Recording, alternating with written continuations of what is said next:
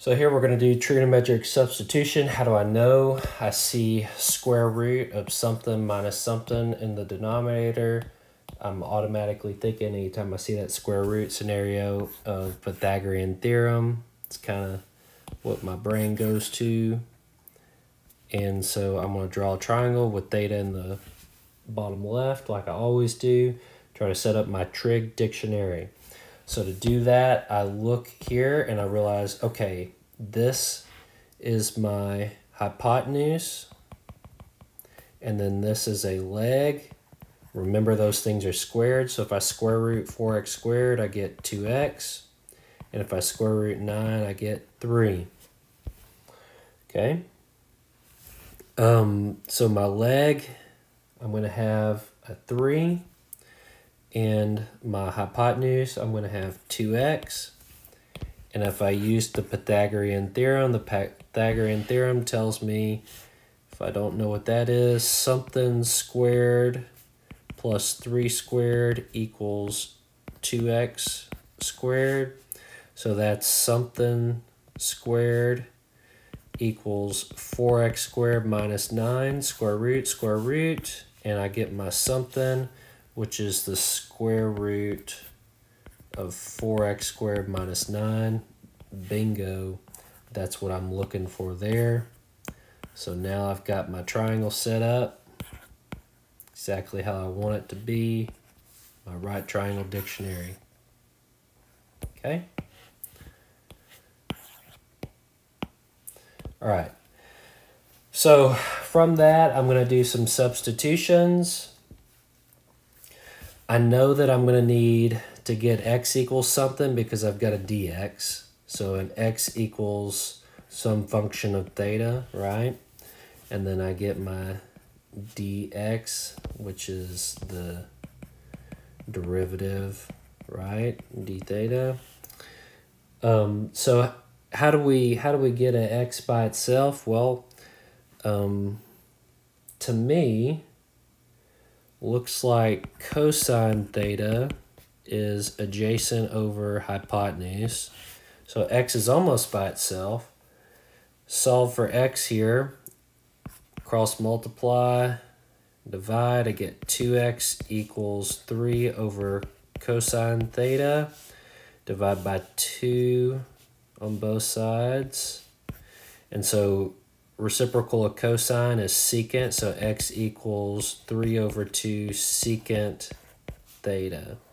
Okay, so I've got my function. Now my dx, well actually I guess I could substitute here because this is x cubed up here. So if I cube that, I'm going to be able to substitute. So 3 over 2 secant theta all cubed. So that substitutes that part. That was good. Okay.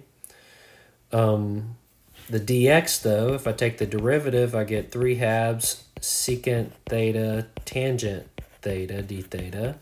So I'm going to substitute this dx with 3/2 secant theta tangent theta d theta. Okay. And then in the denominator, I've got that ugly square root thing. What trig gets me that? Tangent does. Tangent theta tells me that that's square root 4x squared minus 9 over 3. Multiply both sides by 3. And so I can substitute this denominator here with 3 tangent theta. Okay? Now I need to do some simplification for this ugly integrand here. What do I know? Well, tangent theta and tangent theta, those are going to cancel.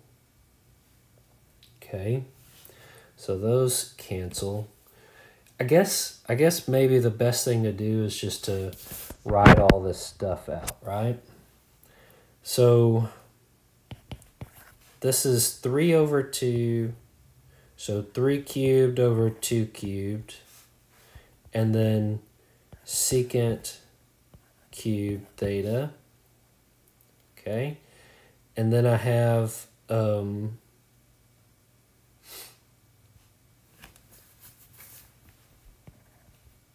3 over 2 secant theta, And then this tangent cancels with that tangent right there. All right. So I have 3 cubed times 3, which is 81. And then 2 cubed times 2 gets me 16. So 81 over 16. Yikes.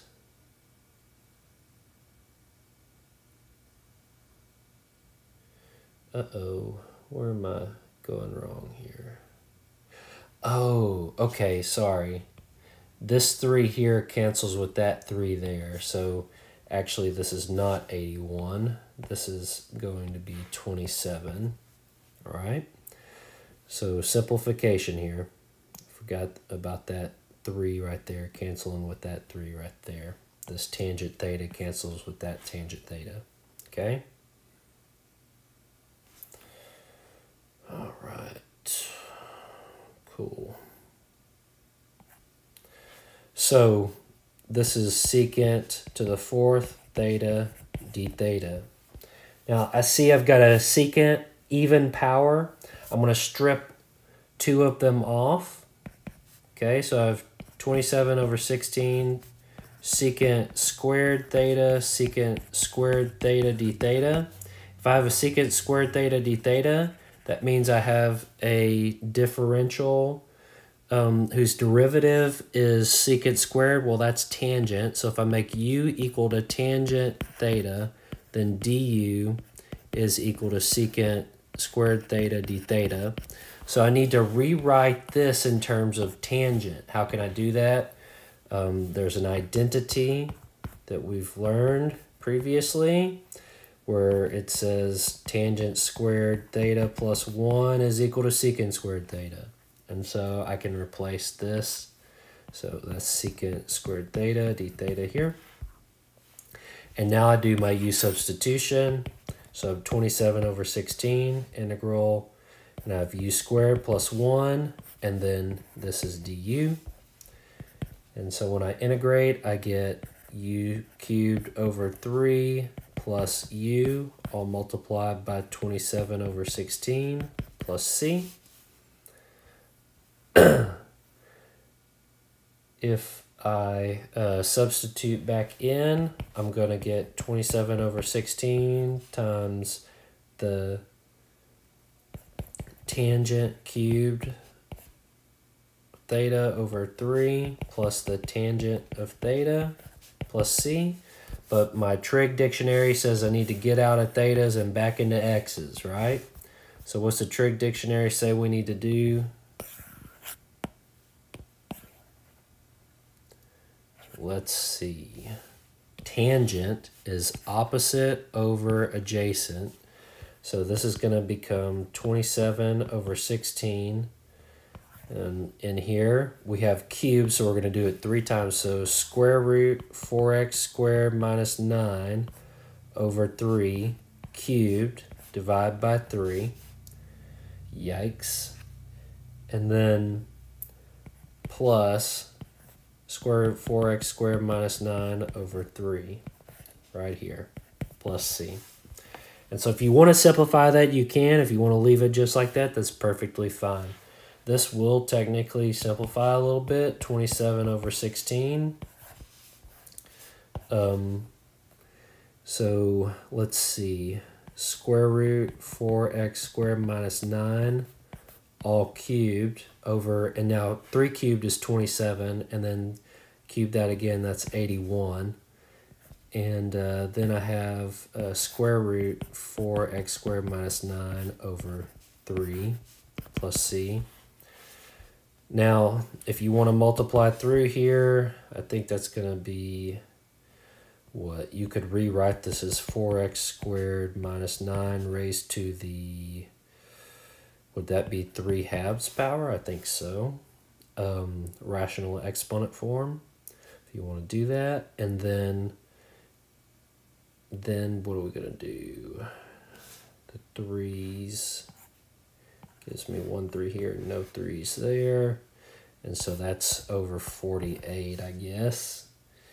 And then plus And then we have 27, but one of those threes cancels, and 27 makes 9. So that's 9 square root 4x squared minus 9 over 16 plus c.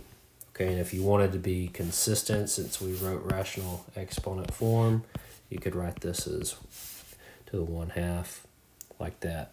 Okay, so that's more simplified, but you know, whatever. I would probably take this as an answer if you got to this point and all that math was correct. Okay. Like I said, if you get this answer and then the back of the book says that this is the answer, don't be like, oh man, I must have got it wrong. Just, do a little bit of algebra and you'll get to the answer eventually. Okay? And also remember this plus c here could also be causing an issue, shifting it up or down. Okay? Excuse me. So, another integral. X squared over 1 plus x squared squared dx. Anytime I see 1 plus x squared, if it was just by itself, I'd be thinking arc tangent, but it's not just by itself. It's got a whole lot of other stuff. So I am thinking trigonometric substitution. Come on, triangle. There we go. Theta. Since it's a plus in between, both of those have to be a leg. And so this leg is 1 and this leg is x. So we'll put 1 here and x here. And so it's 1 plus x squared square rooted for the hypotenuse. Use your Pythagorean theorem to figure that out. Okay. So dx, I need to have x in terms of something. So tangent theta equals x over 1. So dx is equal to secant squared theta d theta. So I'm going to replace that with secant squared theta d theta. Now what else can I do? I can replace x squared with tangent squared because x equals tangent x. So x squared is tangent squared. And then my d theta is secant squared theta d theta. Now 1 plus x squared squared, oh my goodness, that's a little bit different, okay? See, look, this right here, I've got cosine theta that says 1 over the square root of 1 plus x squared. But what am I wanting? I'm wanting to replace 1 over 1 plus x squared squared, right? Well, right now, this is 1 over 1 plus x squared to the 1/2 since it's square rooted. So how do I make that 1/2 exponent squared? Well, half of 4 is 2. So that's what I'm going to do. I'm raise it to the 4th power. Cosine to the 4th theta is equal to 1 over 1 plus x squared. And then 1/2 all raised to the 4th power. Power to a power, what do? I multiply the exponents, right? So I multiply the exponents. 1/2 times 4 is 2. So that's where that square comes into play. So this is replaced with cosine to the 4th theta. I threw this problem in because this can be challenging for students remembering exponent rules, especially with square root. You need to remember, hey, look, it's understood that the index, when it's not written, it's a 2, and it's understood when it's not written here that it's a 1. Rider goes on the top, horsey goes underneath, okay? So the rider goes on top, the horsey goes underneath. The rider lives in the house and the horsey lives outside. Okay, so if that helps you any, great, and if it doesn't, just memorize it. All right, so anytime I have a square root, it's something to the 1/2 power. So let's simplify. So tangent is sine over cosine, so sine squared theta over cosine squared theta divided by cosine to the fourth theta. And then secant is 1 over cosine. Okay, so that's secant squared is 1 over cosine squared. All right, now some of this stuff is going to simplify. Remember, with a fraction, a compound fraction, we keep, change, flip, KCF, keep the numerator to the same, change the division to multiplication, and then flip the denominator. So what's that? Sine squared theta over cosine squared theta times 1 over cosine to the fourth theta. That's what this, all of this turns into this right here, okay?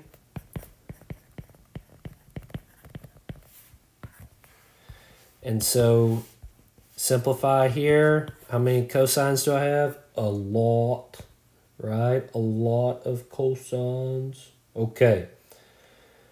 So, yikes. What's going on here? Did I screw something up? Oh, yeah, I messed something up. Okay. This should not have gone in the denominator here because I found this right here, which was equal to cosine to the fourth or theta, okay? So this should actually be in the numerator.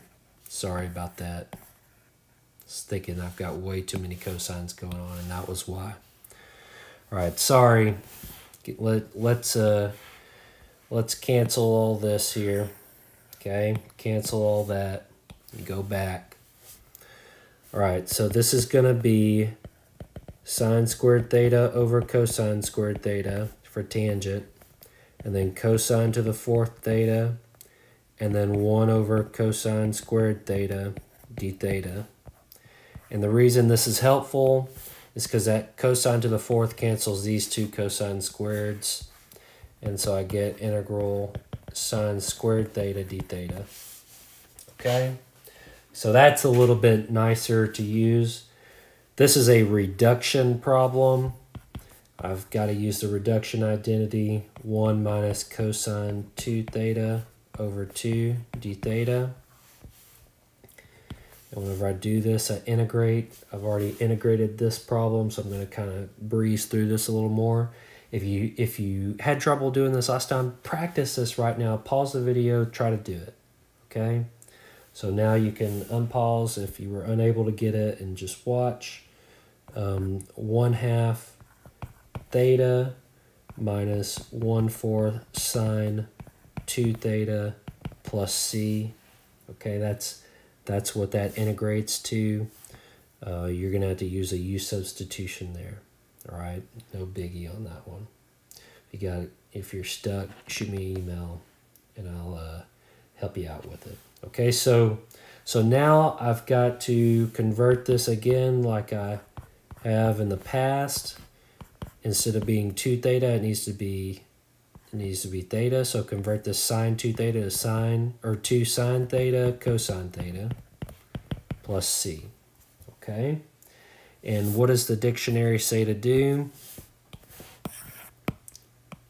The dictionary says sine of theta opposite over hypotenuse. So that's going to be x over square root of 1 plus x squared. Cosine of theta is 1 over square root 1 plus x squared. Okay. Now 2 and 4 make, and those cancel, so I get the 1/2 there.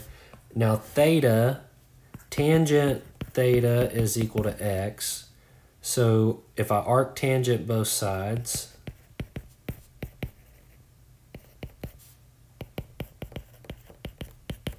then I get theta equals arc tangent of x. So I have arc tangent of x over 2 minus 1/2, and then square roots and square roots multiplied together. If I had, like, think about it, square root of x times the square root of x, that's just equal to x, right? So same thing here. So this is 1 plus x squared simplified in the denominator there, kind of cool, plus c. Okay? So you could factor out the 1/2 if you wanted to, whatever. And you get this right here, which seems pretty slick. Okay? That's your final answer. Not bad.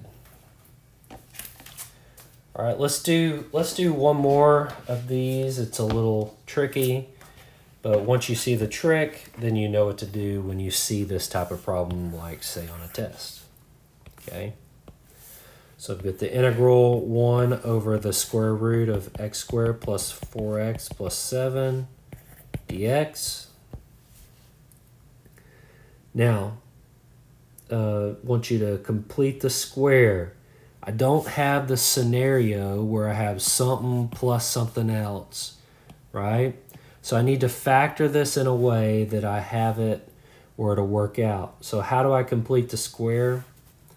Well, to complete the square, let's go back to college algebra. You can watch a college algebra video. Shows you how to complete the square. Just go to the link in YouTube. So how do we complete the square on x squared plus 4x plus 7? Well, excuse me. First thing I like to do and complete the square is make a equal to 1. What do I mean by a?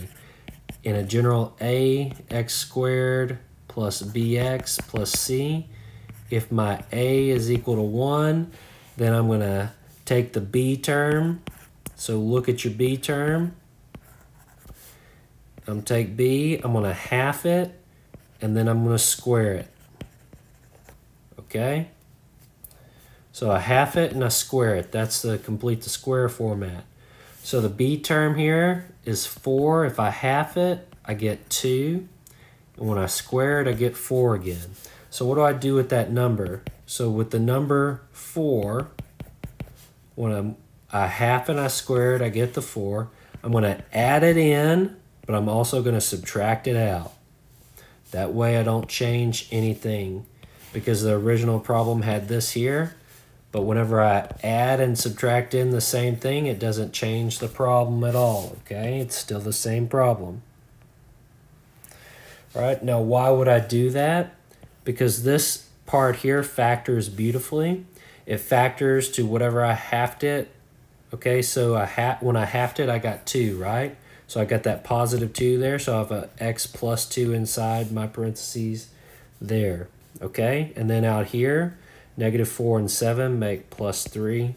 So now I've split this up into something squared plus something, okay? So what does this become? Square root 1 over, so 1 over square root of something squared plus 3 dx, okay? Now you might be saying, well, what about this second part, Mr. Clark? It's not squared. But does it really matter if it's squared or not? No, it does not. All we need to do is draw our triangle. So if I draw a triangle, and my theta here, okay, both of these are positive, so that means they're both legs, right? So it's a leg, and that's a leg. How do I find the leg? I square root it, right? Square root of 3 is square root of 3. Okay, easy enough. So I'm going to put square root of 3 right there. Okay, square root of x plus 2 squared is x plus 2. So the other leg is x plus 2. All right? So what does that mean? That means this side here, a squared plus b squared equals c squared. So c is the square root of those legs squared.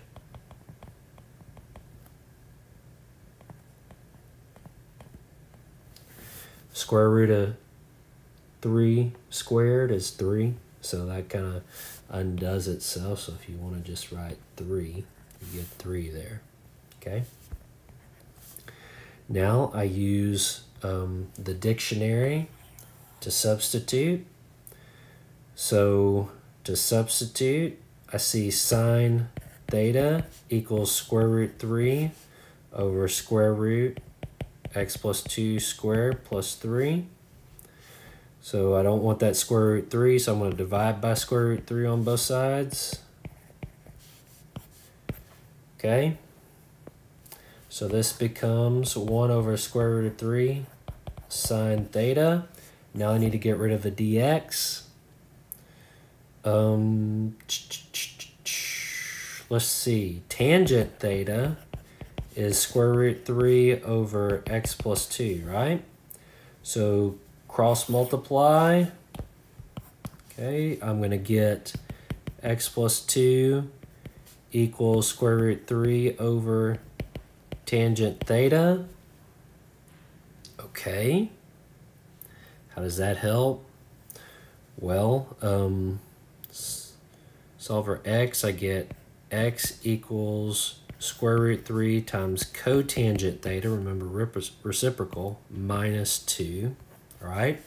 Dx, the derivative of this, is negative square root 3 cosecant squared theta d theta.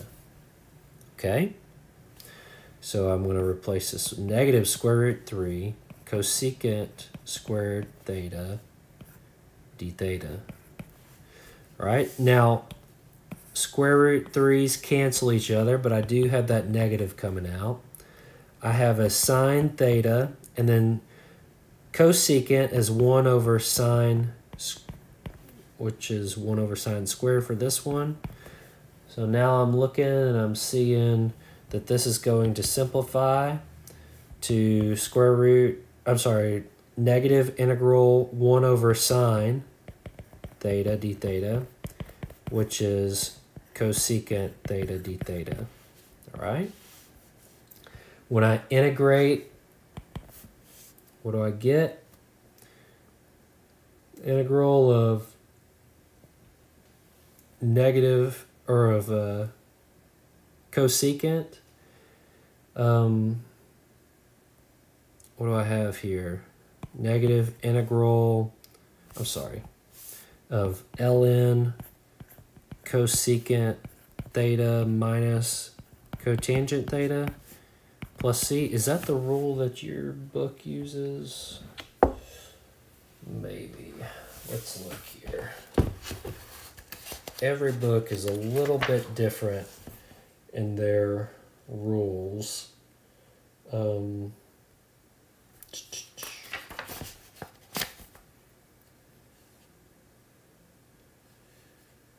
Okay, where are we at?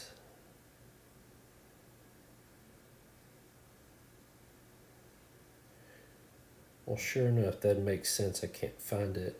Okay, now, all right, yes.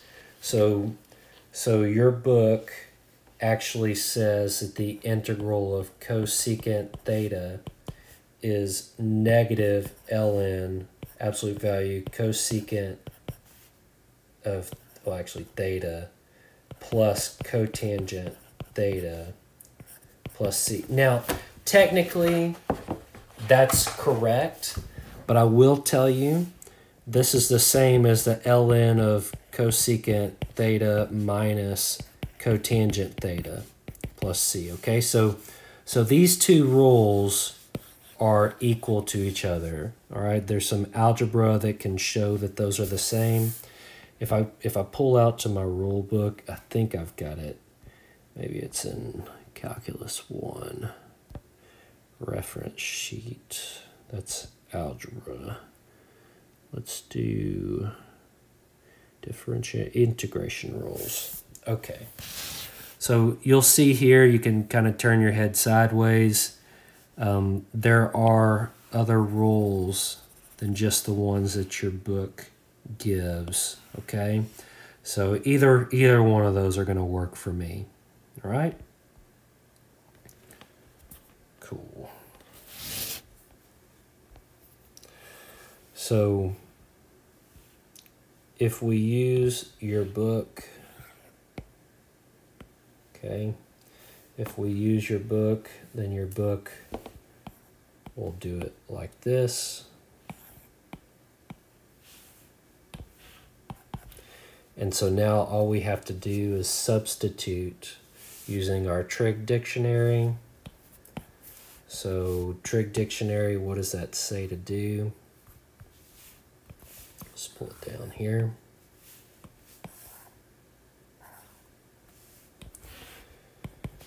Natural log, absolute value. Now cosecant is a reciprocal of sine. So instead of opposite over hypotenuse, it's hypotenuse over opposite.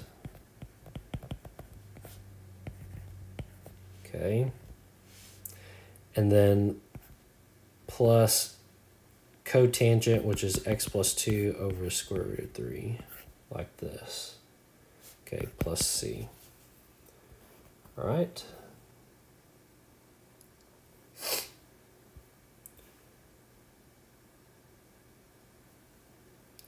And you can leave it just like that if you want to leave it like that. Now, the textbook answer might be a little bit different. I want to show you what they might have written. Like they might say, they might get fancy and say that this is like square root 1/3 times this square root. What did we say that was? Was that x squared plus 4x plus 7? Is that what that simplifies to? And then plus x plus 2, right? Plus c. But then what do you know about product of logs is the sum, right? So that's ln 1 over square root 3 plus ln of all this stuff here. Okay, plus c. Now, what do you know about this? That's just a constant. So that actually gets swallowed up by the plus c. And so then this becomes your answer here. All right, so if you see something and it looks similar to what you have, don't think, oh no, I got it wrong. That doesn't necessarily mean it's wrong, okay? So you're perfectly good to stop right here. And in fact, that's what I want you to do. You stop here, you tell me, it tells me that you didn't just look up the answer. It tells me that you actually know what you're doing. So the more people's answers look like this, it's kind of like, oh, okay, I see what happened there, right? So just keep this in mind when you're doing these problems. You're potentially gonna have a different answer. Like if I give this test to 10 people, I might literally get 5 different answers that are all correct. Okay.